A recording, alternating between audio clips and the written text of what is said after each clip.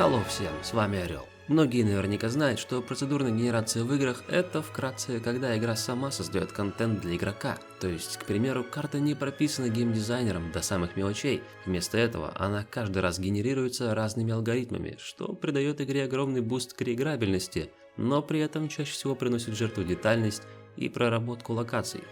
Однажды, пройдя вдоль и поперек некоторые игры с процедуркой и сев снова за Хаммер в КС, я продолжил делать какую-то дичь, параллельно задав себе вопрос: а можно ли устроить в КС процедурно генерируемую карту, даже если не полностью, хотя бы с как можно большими генерируемыми элементами, благодаря которым реиграбельность была бы высока. Тем более, в скором времени после этого вышла операция «Расколотая сеть», в которой были неиспользованные скрипты, посвященные режиму Dungeon, который, судя по всему, работал по принципу генерации этажей. Всего в режиме предполагалось 17 этажей, первые из которых стартовые, а 16 остальных были этажи с врагами разной сложности. Я стал смотреть интернеты на наличие подобных вещей, но самое близкое, что я смог найти на тот момент, это карты, которые случайным образом выбирают ту или иную заготовку, которые включались и выключались. Что для начала, норм. Но это все не то, я жажду большего. Конечно, КС с ее версией движка таких сложных вещей не подразумевает, но мы же не пальцем деланы. Я начал глубже изучать, как работают скрипты, которые можно интегрировать в карты на языке Squirrel, так как был знаком лишь с Хаммером, на котором я уже пытался делать до этого какие-то вещи, которые рандомно происходят еще в КСС, в котором, кстати, была карта Хаванна, где случайным образом открывались и закрывались двери, перекрывая и открывая разные пути.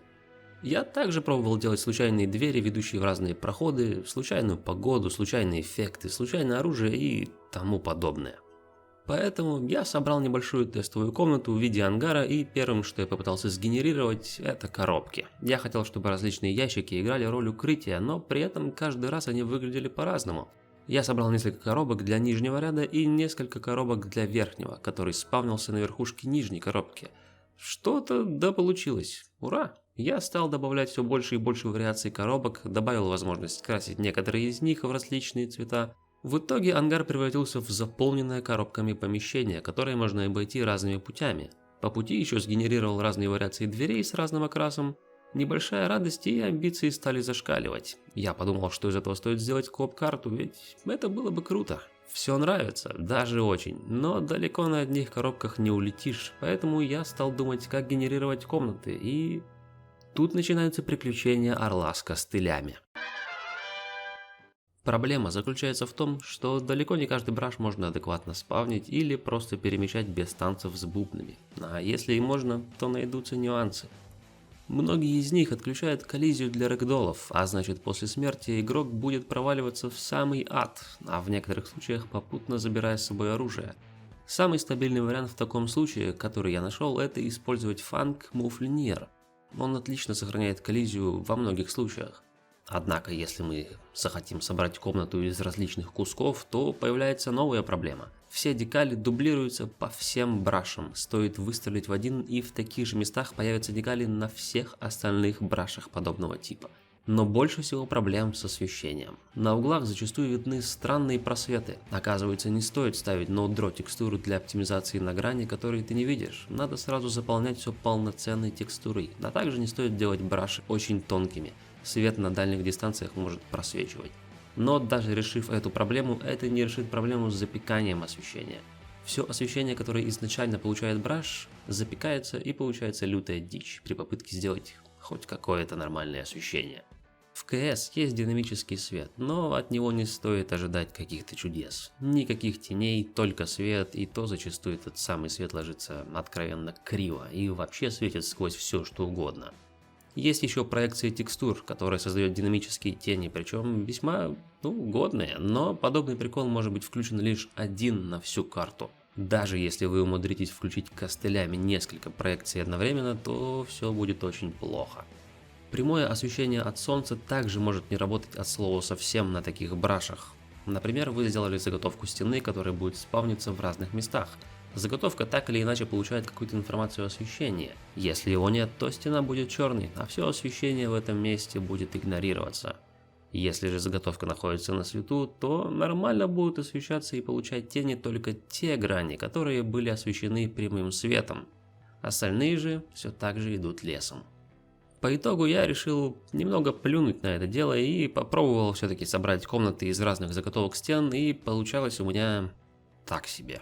Тут я вдруг вспомнил, коробки ведь имеют нормальное освещение от солнца вне зависимости от их расположения после спауна. Тогда я решил использовать другой костыль. Я сделал заготовки разных комнат, разной площади, получились комнаты с выходом и входом, несколько тупиковых комнат, пара комнат с двойным выходом для разветвления и длинный коридор, который мог объединять две стартовые двери, и сделал их полноценными моделями, попутно добавив возможность менять скины, чтобы каждая комната имела свою текстуру. Это дополнительный геморрой, плюс пропадает коллизия для рэгдоллов, поэтому пришлось продублировать размеры комнат в виде прозрачного Funk Move Linear, который успешно справился с этой задачей. И вау! Прямое освещение действительно работало на такой модели отлично, однако в комнатах его не должно быть, а значит остается два пути. Ставить каждой модели комнаты фейковое равномерное освещение, которое выглядит просто очень хреново. Либо ставить везде динамическое освещение, которое не имеет теней, светит сквозь все и вся, и еще и кушает производительность, особенно если один источник света налегает на другой. Тут я, к сожалению, растерял все желание искать новые костыли с освещением и понял, что вряд ли найду что-то лучше. Либо так, либо делать все помещения открытыми для солнечного света без закрытых пространств. Прежде чем радикально отказываться от каких-то идей, я все же решил попробовать сгенерировать существующие комнаты таким образом, чтобы они не пересекались друг с другом. И что-то даже получилось. Комнаты по итогу действительно спавнились таким образом, что ни за что не запомнишь, где и что было. Каждый раз все по-разному, что ж, хоть в этом успех. Я сделал пару проб того, как могли бы выглядеть разные интерьеры комнат, разнообразил некоторые из них случайным декором, случайным хламом на столе и прочим мусором на полках. Все из этого мне более или менее нравилось. До кучи всего была и проблема с искусственным интеллектом. Как же боты будут ходить, если навигационная сетка для них генерируется один раз и остается такой всегда? Они будут упираться в коробки, врезаться в стены и терять игрока моментально. И тут я вспомнил, что существует специальный браш, который использовался на карте D Vertigo, который позволяет блокировать часть навигационной сетки, чтобы боты ходили только на определенные точки. Я решил поэкспериментировать. Всю навигационную сетку я разбил на мелкие части, которые все так же были связаны друг с другом, а в местах, где появлялись коробки и комнаты, добавлялись браши, сигнализирующие ботам, что здесь ходить не надо. И надо же, это заработало. Боты обходят коробки и даже заходят в комнаты и находят игрока в самый отдаленный из них. Но не может же быть все так гладко. Когда пришло время добавлять браши в заготовки, которые будут спавниться, выяснилось, что сам браш спавнится, но при этом никак не работает, если он был хоть на малейший градус повернут. Тут я уже ничего не мог поделать, кроме как написать сообщение разработчикам и попросить помощи у них. Как выяснилось, после небольшого общения проблема была в Entity, которая обозначает заготовки и спавнит их в нужное место. Единственное решение проблемы на тот момент было переместить все это дело в нулевую координату. Все работает, но работать с этим невозможно. Благо, через некоторое время разработчики выпустили обновление, в котором исправили этот баг, и я с облегчением мог вернуть все на свои места. Итак, вроде что-то получается. Но что я мучаюсь с этим несчастным ангаром? Надо бы сделать какой-никакой сюжет, раз уж решился на кооп-карту. Может, игрок прибывает на склад, а затем находит тайный лифт в подземку, где генерируются этажи? Или мы сбегаем из тюрьмы и все по этим же этажам должны вернуться на поверхность? Все мои глупые идеи, которые сейчас я бы уже точно не воспринял, вели к тому, что мне пришлось бы делать закрытые помещения под землей. Здравствуй, данж. Сделав простенький лифт, который нас незаметно телепортирует на стартовую точку, с которой каждый раз этаж должен выглядеть по-новому, я немного подустал и не знал, в каком направлении двигаться. Плюс нахлынули разные проблемы, другие увлечения, и в конце концов хотелось просто немного отдохнуть. Я подумал, что со временем мне придут идеи о том, как развивать генерацию этажей. Какую-то мелочь я реализовывал, но все было не то. Еще в середине разработки всей вакханалии Гейб Фолловер подкинул мне идею сделать АИМ-карту. У самого у меня была подобная идея сделать что-то небольшое, может быть не обязательно АИМ-карту, но что-то поменьше. Пустить на пробу народу, но мне не особо хотелось размениваться на мелочь. Чё там, кусок карты, я же сделаю это за пару дней, ну или неделю. Спойлер, хрен там. Чуть больше, чем через полгода стагнации в отношении кооп-карты, я все же расправил крылья и решил снова что-то попробовать. Решил начать с нуля и все же сделать АИМ-карту. отточить некоторые скрипты, и надо признать, тут я возился уже гораздо дольше, чем с куском коопа. Сначала я сделал тестовую квадратную арену, на которой случайным образом спавнились все те же коробки на одной стороне, но как же быть со спаунами самих игроков? Они ведь всегда появляются в указанных местах. Эту проблему удалось решить телепортированием игрока в точку, которая создается перед коробкой, поэтому изначально игроки находятся в отдельных комнатах до тех пор, пока карта не закончит генерироваться. Дальше я уже стал думать над сеттингом и опять почему-то прикопался к сеттингу ангаров а-ля Нюк. Позже я стал раздумывать о том, что было бы классно, если стили карт тоже генерировались. Вот, например, сейчас Нюк, потом Даст, Инферно, Вертиго. Причем Даст, например, может быть полностью симметричным всегда, а Нюк, к примеру, хаотичным. Ну да ладно, Нюк так Нюк. Стартовые укрытия, как всегда, какие-то коробки. А вот посередине карты я хотел сделать некоторое разбиение. Поэтому одна команда спавнилась внутри ангара, вторая на улице, а посередине, которая постоянно плавала и делала ангар то короче, то длиннее, находился сам вход в ангар. Этот вход составлялся из разных кусков, разное количество проходов, плюс широкие проходы имели слегка разные конфигурации по длине. Сверху запилил разные дверные проемы, которые могли то появляться, то нет, а возможность забраться на них появлялась далеко не всегда. Все зависит от того же рандома. В конце концов, они не предназначены для частого использования. Подкрутив основу, я сделал немного вариантов задников, чтобы карта не выглядела посреди пустоши и ощущалась хоть как-то более-менее полноценно. Супер, мне нравится. Точнее, на тот момент мне нравится. Позиции всегда разные, задники придают атмосферы, небо рандомится, а имка всегда разная. Класс! Да еще и комнату с настройками забахал, где можно выбрать, с каким оружием вы будете играть. А позже и вовсе прокачал ее, добавив настройки здоровья, количество патронов, тип лейаута и выбор сида, о чем немного позже. Здорово, ну все, начинаю делать инферно, разгоняясь, ведь так классно. Можно запихивать кучу идей, выбор различных типов карт, симметричных, несимметричных, делать лейауты в стиле инферно, даста, вертиго, заносить все в одну карту и будет все Прилетели. Я забыл, с чем имею дело. Привет, Source и ограничение в 2048 Entity. В карте было слишком много всего, и это лишь аимка. Стоило начать делать инферно, и все уже коту под хвост. И это не говоря о том, что все то, что было уготовано для Нюка, было лишь черновым вариантом, который я хотел еще допиливать. Тем более, помимо этого ограничения в спину дышало и другое, которое отображается консольной командой Dump Game String Tables. Каждая entity, каждая смена имени предмета, каждый чих заносится в эту таблицу и не вычищается. И если ты набьешь более 65 тысяч очков в этом занимательном текстовом квесте, то КС успешно тебя поздравит этим. На пару с инсимистом мы устроили мозговой штурм и пару дней тестировали влияние на это ограничение. Придумывали разные теории о том, почему так происходит, тестировали разные подходы к спавну предметов и их переименованию, пытались спавнить предметы по-разному через разные функции, и некоторые варианты даже работали, по крайней мере отчасти. Но тогда мне пришлось бы переписывать весь код к чертям собачьим для того, чтобы увеличить продолжительность этого квеста на еще пару раундов карты. Кто бы мог знать, что все это фиксится снятием одной галочки. Убив некоторое время на размышления о первом ограничении, было принято решение отложить Нюк, вырезать все, что с ним связано, в отдельную карту на будущее и делать карту в одной стилистике – Инферно.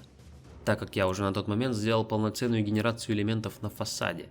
Двери, окна, подъезды, выпирающие стены, балкончики, цветочки и всякие финтифлюшки. Я сам от себя такого не ожидал. Получилось лучше, чем все, что я до этого делал из генерируемого.